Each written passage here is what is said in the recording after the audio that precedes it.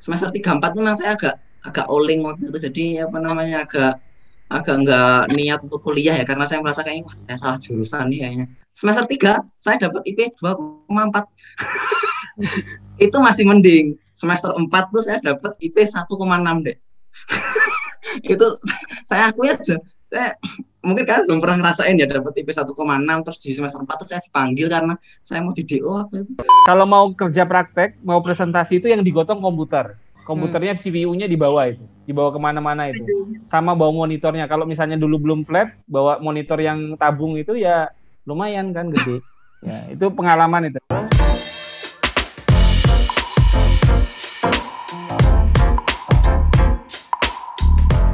Cuman waktu itu emang itu kan semester 4 ya, semester 4 itu di algoritma struktur data nih ya. Saya itu masuk semester 4 apa 3 ya? Semester 3 maaf. Semester 3. Nah, semester 3 4 tuh memang saya agak oling waktu itu. Jadi apa namanya agak agak nggak niat untuk kuliah ya karena saya merasa kayaknya wah, saya salah jurusan nih kayaknya. Semester 1 semester 2 kan masih mata kuliah kayak biasa ya, kalkulus, fisika, kimia segala macam. Wah, ini masih mata kuliah SMA dulu lah, biasa lah. Dapat nilai juga masih bagus itu. IP saya masih semester 1 3,7, semester 2 3,89 waktu itu. Waduh, Semester siap. Semester 3 saya dapat IP 2,4.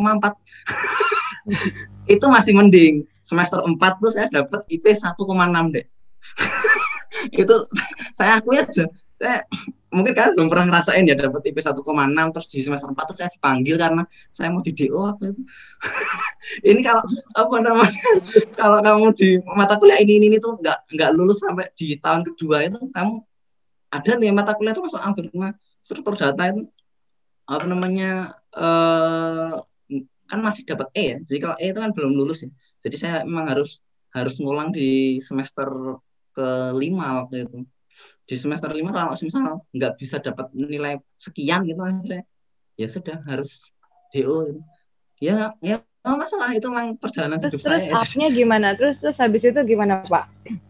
Nah, terus ini nih semester 5 itu saya pertama kali baca The Law of Attraction yang Bu Nana apa namanya Bu Nana ini ya apa namanya jelaskan tadi ya. Iya yakin. Jadi The Law of Attraction itu adalah apa yang kita yakini, apa yang kita baca setiap hari itu akan jadi kenyataan. Saya pas baca itu terus akhirnya saya tulis di satu apa namanya kayak satu styrofoam gitu. Di styrofoam terus saya tulis di semester 5 itu ya. IP semester ini harus 4 nih. Saya tulis itu IP semester ini harus 4 nih. Dan saya pengen setiap hari itu saya harus baca itu gitu. Karena saya apa namanya harus baca itu akhirnya saya pasang di Ethernet-nya kos-kosan deh. Ethernet kos-kosan. Jadi setiap kali saya mau tidur tuh saya terpaksa tuh harus membaca. IP semester ini harus 4 nih. saya bangun tidur, IP semester ini harus 4 nih. Wah, berat ini. Tapi beneran deh, itu tuh kayak apa namanya merasuk gitu ya, merasuk ke dalam apa namanya memori alam bawah sadar ini.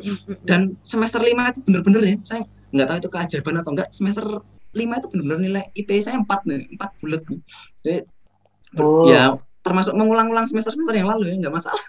Ya perjalanan hidup lah. Ya sejak itu saya akhirnya nulis juga di apa namanya di tembok saya lulus harus cum laude gitu. Padahal IPK saya waktu itu masih 2, masih 2, sekian, nah, hampir 3 lah ya. Untuk dapetin 3,5 itu ya memang harus berjuang gitu waktu itu. Tapi ya alhamdulillah waktu itu saya tuliskan saya lulus harus cum laude 3,5 gitu. Dan ketika saya lulus itu benar-benar bulat 3,50. Benar-benar bulat, nggak ada lebihan, nggak ada kekurangan sama sekali ya. Itu ya luar biasa fokus lah. Fokus banget itu pasti 3,5-nya fokus banget ya, Pak. Oh iya. Oke, terima kasih Pak Yogi. Mungkin nih ceritanya dari Bu Nana juga, dari Pak Lasmedi juga tadi. Mungkin langsung kita lanjut aja ke pertanyaan selanjutnya. Ada pertanyaan, dulu kan belum segencar sekarang sosmed dan segala macam. Nah, untuk koordinasi dengan teman-teman angkatan atau dengan teman jurusan lain atau dengan dosen pembimbing seperti apa sih Bapak Ibu dulu? apakah harus ketemu atau bagaimana? Mungkin Ibu Nana dulu nih, saya pengen dengar Ibu. Yang paling muda ya, yang paling muda ngaku. Iya. Ngarep nih panggil paling muda. Kalau zaman dulu itu ya, waktu S1 ya, waktu S1 tuh kayak udah mulai ada BBM deh. Soalnya saya ingat banget BBM itu saya awalnya SMS ya, masih handphone SMS itu ya SMS. Terus saya ingat banget karena saya dulu suka bisnis tuh, jadi saya ingat banget di bisnis saya semester 4, saya mulai bisnis di semester 4, terus saya bisa beli handphone BBM pertama kali saya pakai uang bisnis saya itu, dari bisnis online saya. Jadi saya bikin satu website, bikin website ya sederhana banget lah ya websitenya, jauh lah dari Umira, jauh lah. Tapi intinya tuh saya punya banyak banget supplier. Jadi waktu itu saya suka banget bisnis, terus saya ingat banget, jadi saya punya punya uang yang saya kumpulin buat saya beli BBM. Itu saya semester 4. Itu BB itu BlackBerry itu Onyx ya kalau nggak salah, itu berapa ya? Sekitar 1,8 sampai 2 gitu, pokoknya sekitar itu saya ngumpulin itu sendiri. Jadi, nah semenjak ada BBM itu komunikasi itu jadi lebih gampang ya kayaknya ya. Jadi kita bisa bikin grup BBM kayak gitu sama teman-teman kelas tuh, bikin grup BBM gitu. Tapi nggak sampai yang kayak sekarang setiap mata kuliah ada itunya kan, ada grupnya gitu, nggak. Jadi paling teman-teman seangkatan aja gitu, kayak gitu sih. Tapi kalau misalnya sama dosen sih kayak waktu itu lebih prefer untuk SMS atau telepon ya gitu. Jadi kalau BBM itu dulu itu belum. Tapi kalau pas S2 juga saya sebenarnya kalau saya termasuk yang lebih merasa waktu itu ya kondisinya waktu itu ya.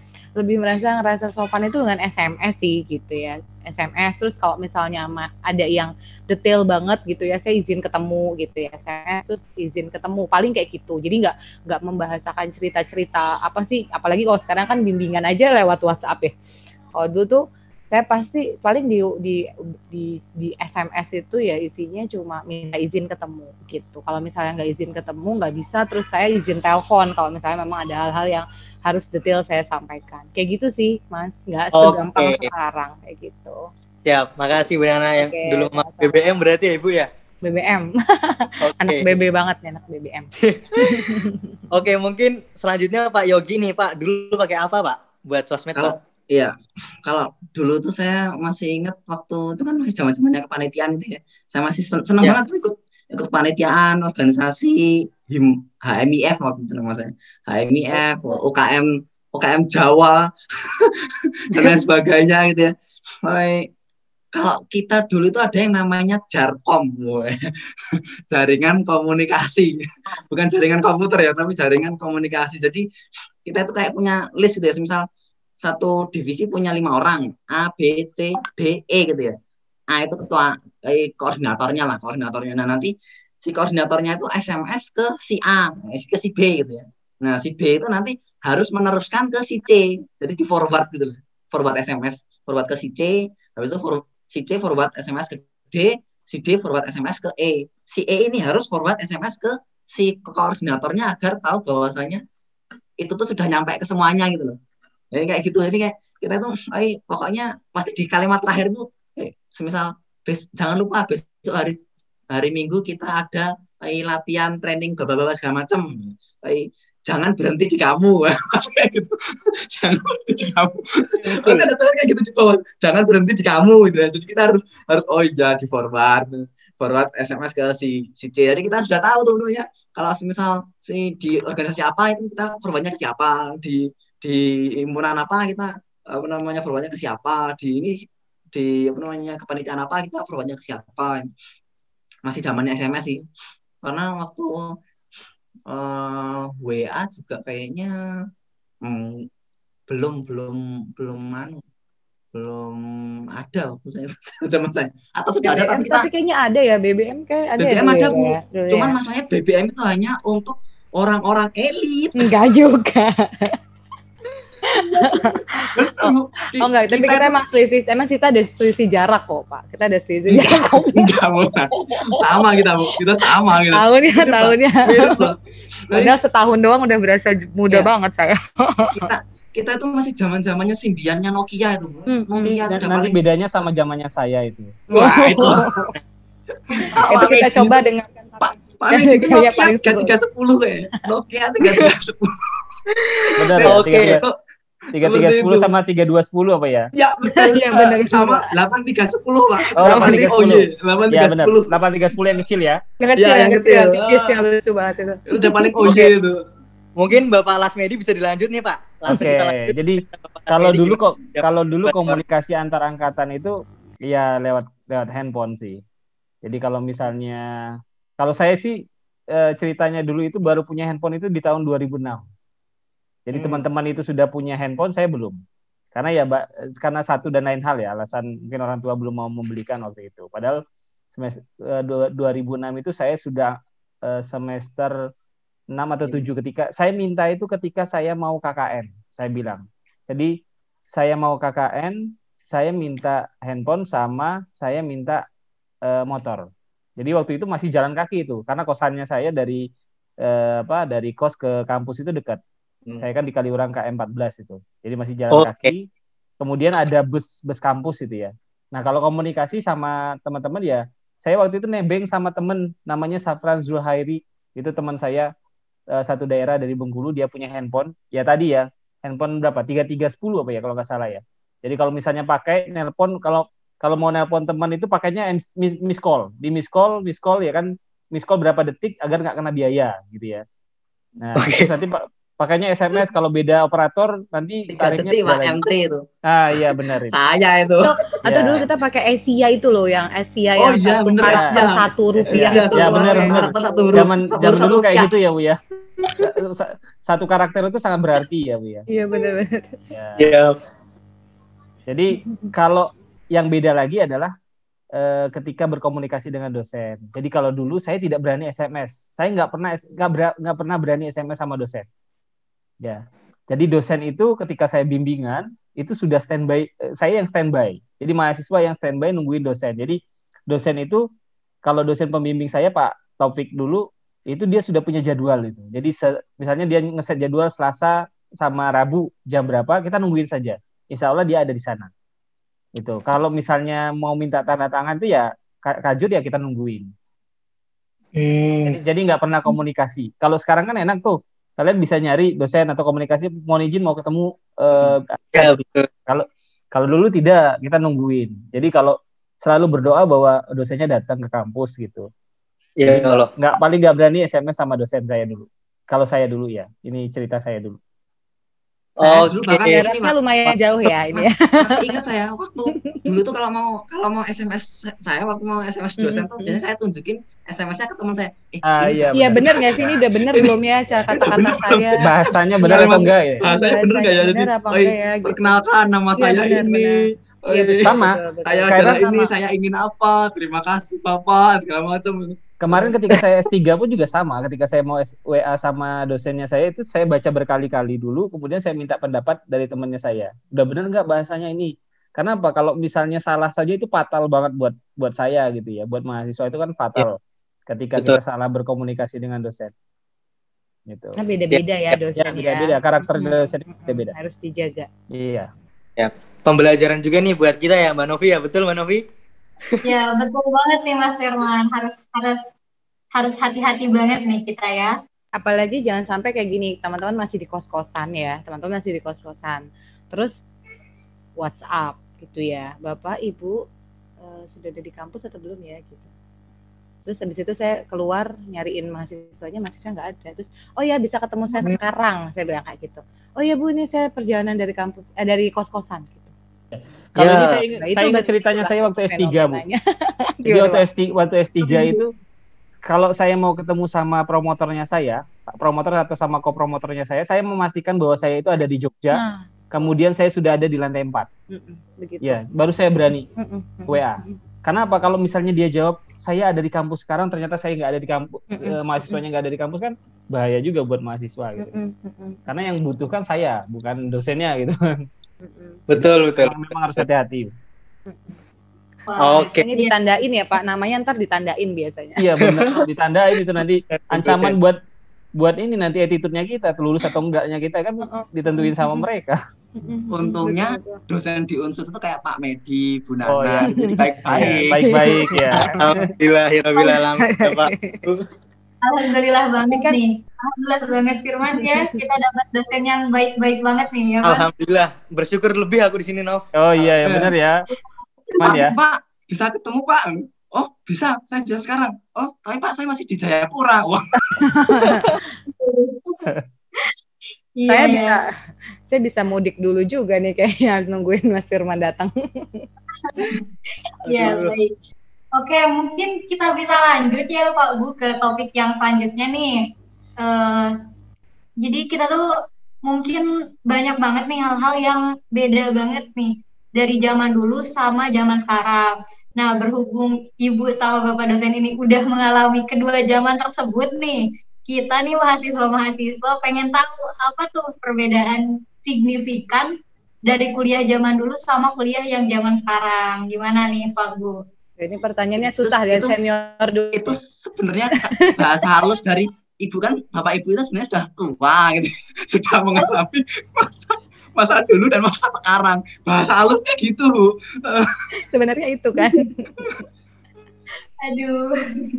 Kalau dari saya sebenarnya kayak gini. Karena kalau kita bidangnya informatika itu kan semuanya kan basisnya teknologi. Jadi mungkin karena waktu itu saya di kampus swasta.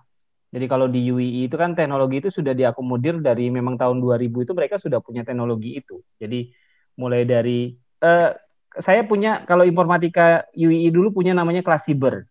Jadi kalau di Unsud itu namanya Eldiru, tapi kalau di informatika UI itu namanya kelas siber. Kelas siber itu ya kelas online. Jadi kita memang sudah menggunakan kelas siber itu di tahun berapa berarti saya? 2004-an itu saya sudah menggunakan kelas siber. Bahkan di sana ada media chattingnya ya kan. Dia pakai Moodle juga sama. Jadi sudah pakai Moodle di tahun 2004. Kalian bisa bayangkan. Itu kita baru boomingnya mungkin 2009, kemudian karena ada pandemi ya sekarang booming ya. Tapi dulu sebenarnya di tempat saya bukan maksudnya membanggakan diri, karena memang kan itu sudah dikembangkan di tahun 2004-an. Kelas siber namanya. Klassiber.informatika.ac.id kalau nggak salah. informatika-ui.ac.id. Kalau sekarang udah di offin ya. Nah, mungkin diambil alih oleh universitas. Jadi kalau dari sisi karena kita kuliahnya itu kan di bidang informatika. Jadi yang diunggulkan adalah teknologi tadi. Ya, kalau misalnya dari sisi pembelajaran kelas sih ya tidak jauh berbeda sih ya. Jadi maksudnya di kelas pun juga sama, fasilitas yang disediakan kan juga sama. Nah, hanya saja dari sisi sumber daya. Jadi dari bahan-bahan kuliah itu sekarang sangat open ya. Jadi semua terbuka, kita bisa akses di mana saja, ngambil download dari internet itu kita bisa jadikan sebagai bahan kuliah gitu ya. Kalau dulu ya mungkin bahan kuliah masih copy dari dosennya. Jadi ketika selesai kuliah kita minta copy flash disk ya. Copy flash disk ke dosen, dikasihin, diserahin, nanti satu orang saja itu, nanti dibagi, di-share gitu ya. Sama, Pak. Ternyata Sama itu. jangan-jangan ternyata. kita seumuran nih, Pak. Saya jadi khawatir jangan-jangan ini. Selisih 3 tahun kita kan. Jadi kita seumuran. Kalau mungkin yang akan terlihat perbedaan itu ketika misalnya jurusannya bukan IT tadi ya. Ya. Karena mereka mungkin ya ada perbedaan ketika mereka kuliah konvensional dengan sekarang menggunakan atau berbasis IT. Sudah menggunakan, kalau di Unsur sudah menggunakan Eldiru ya. Sekarang dengan adanya pandemi kan kita mau nggak mau harus pakai Eldiru, kuliah online.